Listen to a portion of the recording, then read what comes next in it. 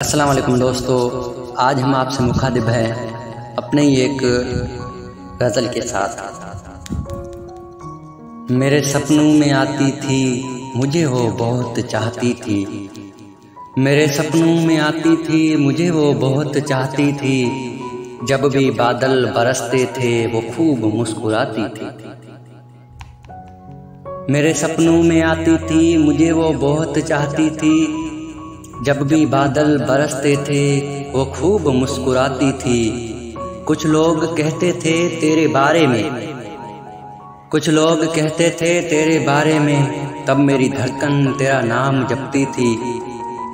मैं खुद को खुद में ही झांकता था, मैं खुद को खुद में ही झांकता था, तब भी मुझे तेरी कोई बात याद आती थी।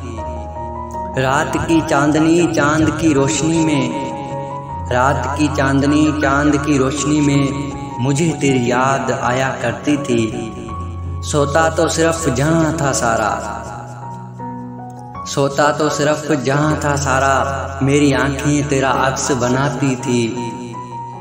चलो छोड़ दो मुझे अपनी तन्हा महफिल में, चलो छोड़ दो मुझे अपनी तन्हा महफिल में, भूल जाऊंगा कि कोई मुझसे प्यार करती थी। मेरे सपनों में आती थी, मुझे वो बहुत चाहती थी।